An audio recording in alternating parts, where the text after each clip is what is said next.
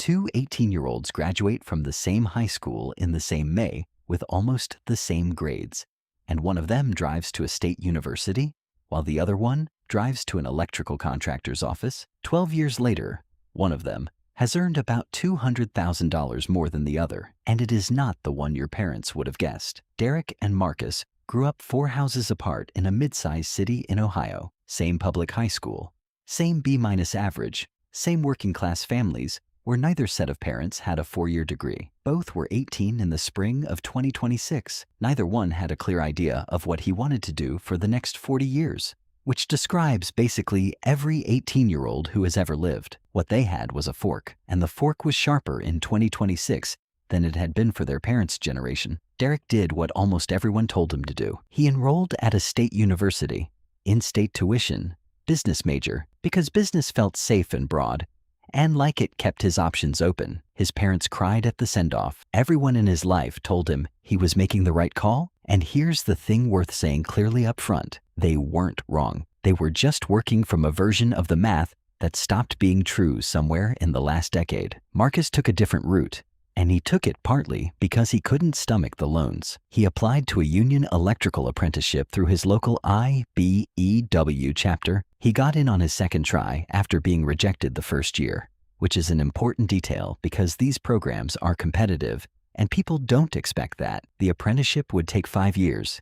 It cost him nothing in tuition, and it paid him from the first week. That last sentence is the entire hinge of this story. So, let's put real numbers on it. Derek's 4 years at a public in-state university, once you count tuition, fees, housing, meal plan, books, and the laptop he had to replace sophomore year, ran a bit over $90,000. Grants and a small scholarship covered part of it, his parents covered part of it, and he covered the rest with federal loans. He graduated with about $37,800 in student debt, which is very close to the national average for a bachelor's degree in this period. During those 4 years, he worked summers and a campus job, bringing in maybe $9,000 a year, most of which went straight back into living expenses. Marcus started his apprenticeship at 50% of journeyman scale, and his local journeyman rate was about $34 an hour, so he started at $17 an hour, which at full-time hours came out to roughly $35,000 in his first year.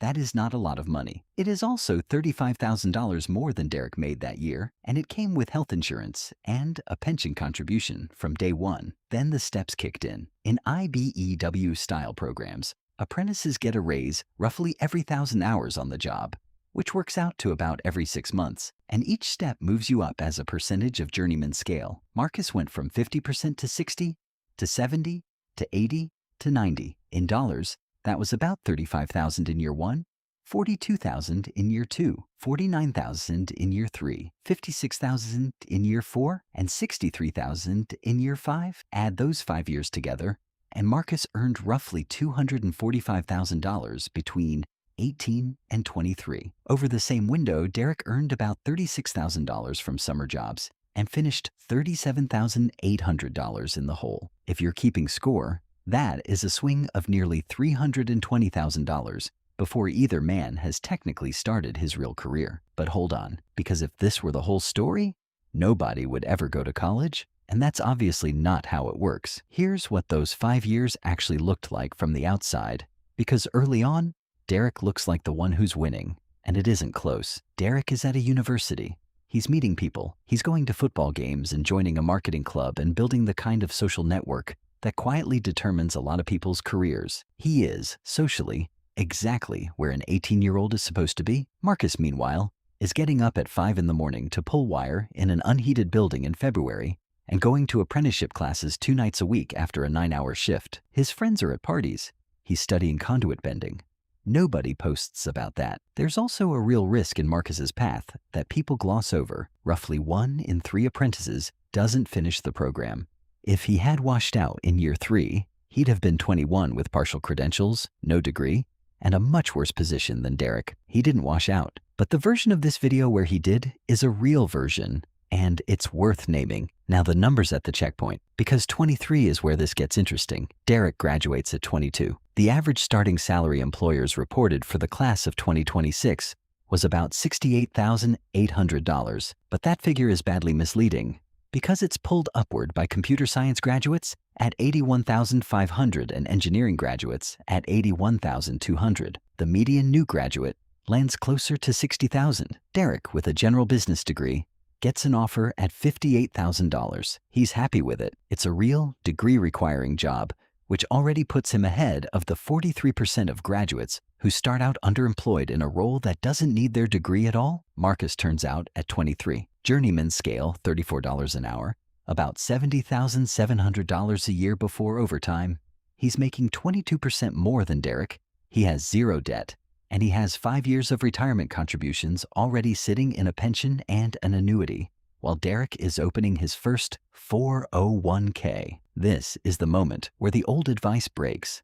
So let's look at why it broke rather than just noting that it did. For most of the last 40 years, the median bachelor's degree comfortably out-earned the median trade credential, and that was simply true. It stopped being reliably true recently. As of 2026, 47% of workers with trade credentials out-earn the median bachelor's degree holder. A decade ago, that number was closer to 30%. Nothing dramatic happened to the trades. What happened is that degree supply went up, entry-level office work got squeezed, and skilled hands stayed scarce. The Bureau of Labor Statistics projects electrician employment growing 11% with about 80,000 openings a year.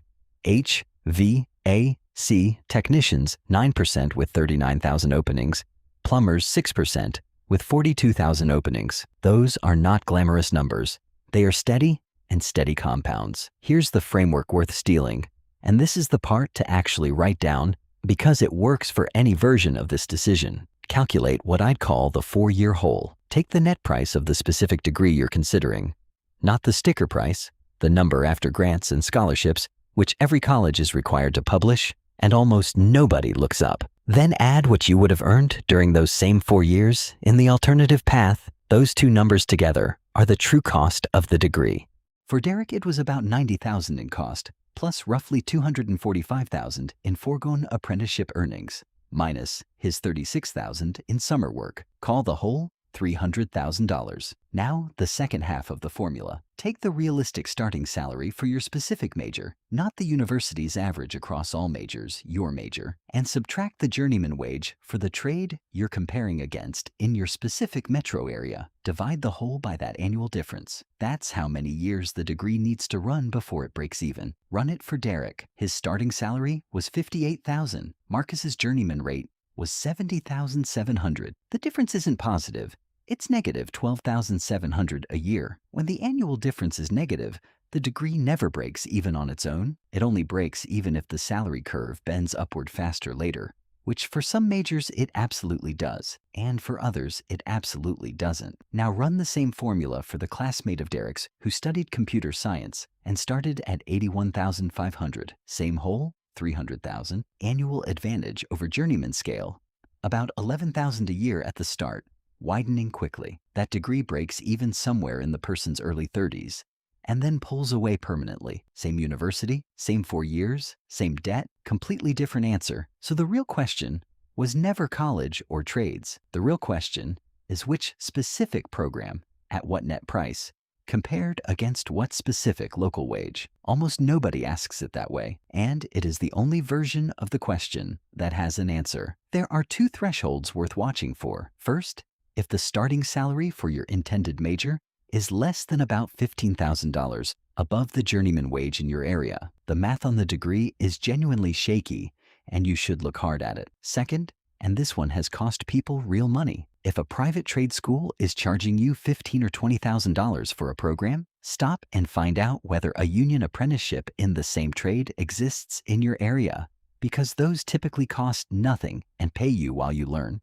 Paying $20,000 for training that a union would have paid you to receive is one of the most expensive, avoidable mistakes in this entire space. By 26, both men are doing genuinely well, and the story gets closer than the raw numbers suggest. Derek has moved once from that first $58,000 job to a marketing role at $68,000. He's been promoted, he manages 1 person, and his work is entirely indoors, entirely on a laptop, and increasingly flexible about where he does it. He is building a career with a ceiling he genuinely cannot see yet. He's also paying about $400 a month toward those student loans and will be for years. Marcus at 26 is at 76,000 base, but he's also working overtime, and overtime in the trades is not a rounding error. In a good year with meaningful overtime, he clears the high 80s. He has no debt at all. He bought a modest house at 25, which he could do because he had 4 years of documented income and savings while Derek was still a student. That house is worth pausing on because it's the quiet compounding effect nobody puts in the brochure. Marcus started earning at 18 and Derek started at 22. That 4-year head start doesn't just show up as 4 years of salary. It shows up as an earlier down payment, an earlier mortgage start date, 4 extra years of retirement contributions, and a credit history that's 4 years longer at every point in his life. The money is the smallest part of the head start. By 30, the picture is clear. Derek is earning about $82,000, which is a genuinely good outcome for a business degree, and better than most of his graduating class managed. Marcus is at about 88,000 base and clears well into the 90s with overtime. Add up everything each man has earned since turning 18, and Derek is at roughly $590,000 in cumulative gross income. Marcus is at roughly $790,000. That's a gap of about $200,000, and it doesn't include the $37,800 in loans Derek borrowed, or the interest he paid on them. There's one more line item that almost never makes it into these comparisons. Marcus's union has been putting money into a pension and an annuity on his behalf since he was 18, on top of his wage, at a rate that typically runs several dollars per hour worked. By 30, he has 12 years of that stacked up and compounding, while Derek has 8 years of a 401k he started funding at 22, same age, 4 extra years of contributions, and those are the 4 years that matter most because they have the longest runway to grow. Now, the fair caveat, and this one matters more than usual, because the internet has spent 3 years turning "learn a trade" into a slogan, and slogans get people hurt. Start with the number that gets left out. 47% of trade credential holders out-earn the median bachelor's degree holder. That also means 53% don't. Marcus is on the good side of a coin flip, and he got there by picking a specific licensed trade with a strong local union, not by generically avoiding college. A trade credential in a saturated field in a weak market with no union produces a very different story. Then there's his body. Electrical work is moderately physical rather than brutally physical, which is one reason electricians tend to have better career longevity than roofers or framers.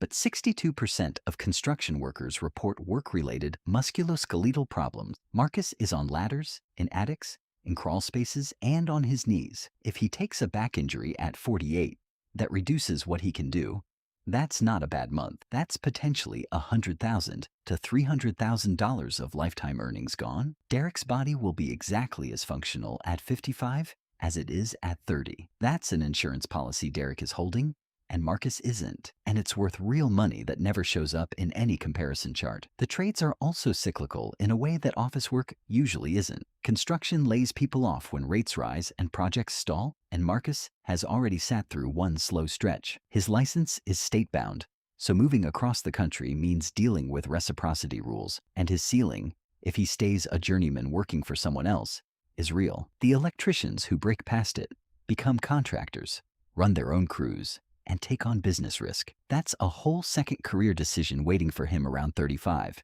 Derek, meanwhile, has something genuinely valuable that's easy to undersell: optionality. His degree is a key that opens doors in industries he hasn't thought of yet. He can move cities without a licensing board's permission. He can work from anywhere. He can pivot into a completely different field at 35 in a way that would cost Marcus another apprenticeship. And if Derek had studied computer science or engineering instead of business, this entire video would have a different ending. The degree wasn't the mistake. The unexamined default was. So the lesson isn't skip college. Skipping college with no plan is just unemployment with a rebrand. And the trades reward the same thing everything else does, which is a specific target and the discipline to reach it. The lesson is that get a degree stopped being a complete sentence somewhere in the last decade, and an enormous number of 18-year-olds are still being handed it as one, along with $38,000 of debt to enforce it. Here's what to actually do this week if you're 18. Or if you're a parent sitting across from someone who is, look up two numbers and write them on the same piece of paper. First, the net price calculator for the specific school you're considering, which is legally required to be on their website, and use your actual family income rather than the sticker price. Second, the journeyman wage scale for one licensed trade in your actual metro area, which your local union publishes openly. Put those two numbers side by side and calculate the 4-year whole, then divide it by the realistic starting salary difference for the specific major you'd pick. If the number comes back under 10 years, the degree is a strong bet. If it comes back over 20, you should look very hard at the alternative before you sign anything. And if the answer is that it never breaks even, that isn't a reason to panic. It's a reason to change the major, not necessarily to abandon the plan. Then do the one thing almost nobody does. Call the apprenticeship office in your area and ask when applications open and how many they take. It costs you a phone call, and Marcus needed 2 tries to get in. So, have you actually looked up those two numbers? Or are you about to make a $300,000 decision on a feeling?